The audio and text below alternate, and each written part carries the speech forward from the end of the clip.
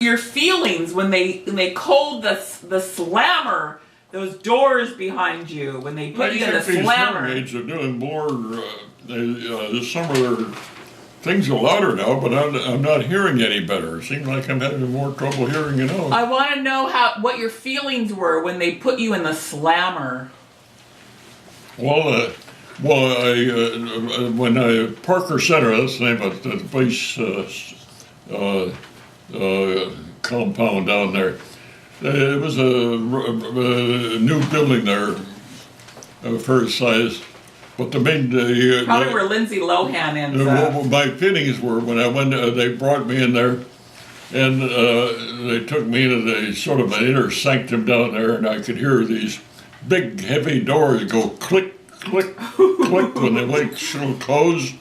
They felt very. Your worst fear. I mean, they had a sound to it that made you know that you were under their control. You don't want to call home depression right now, right? I didn't try to escape. I'm a good guy.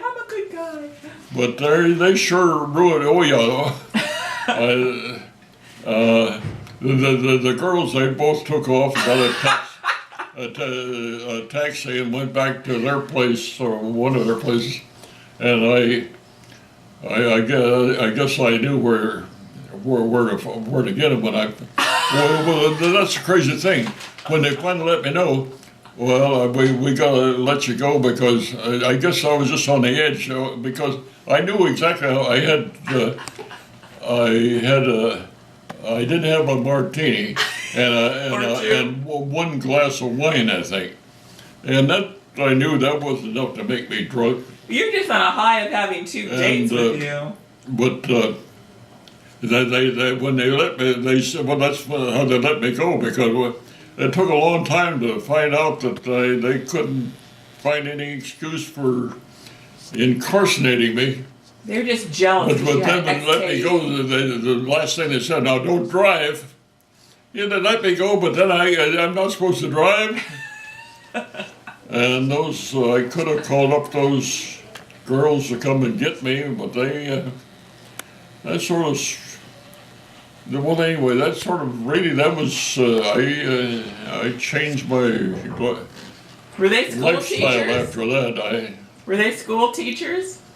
I didn't, but there again, I was trying to, and there we go, I took them to really the best restaurant in town. Yeah, you're the best. I was doing the right thing, and you gotta have a little libation there, and I didn't overdo it. You were set up. But the thing is, I could still see those cops sitting on the far side of Percy Square down there, if you know Percy Square. And they were sitting there and over the edge there looking at people coming in. And I think that was one of their main things. They knew that coming out of that restaurant down there, that anybody coming out of there had to have some alcohol in them, right? Exactly. And but then they saw me with those two younger gals. Let's go get him, this younger guy said. I could just. You were set up. And. I mean, it was a trap. They were so frustrated that I didn't flunk the test. And they didn't know who you really were. I mean, you could have called. I knew where I was. I was just on the edge of it there, and that's where I wanted to be. They didn't know who you were. I mean, I want to live on the edge. Well, it can be a little dangerous on the edge sometimes. I found out. Yeah. But, well, it gave you a great story to tell your grandson, right? This is Woodrow E. Amber. Christmas Day, 2011. Really, take these stupid hearings out of it. I can't understand what you're saying. Well, I'm kind of far away. Can you hear me good? Yeah, I can hear you loud enough, but I can't understand what you're saying. Oh. Half the time. Well, probably because I'm just keep going. Just be aware of my problem. Okay. I wish you remember going to the Blue Hour, don't you? You remember I got somebody staring at me. You remember the restaurant called Blue Hour? Blue Hour. You've been there a couple of times. I think I remember the name. I don't remember the restaurant. Well, it's in the Northwest, and there's a review in the paper right now, and they got an A, and it's a Mediterranean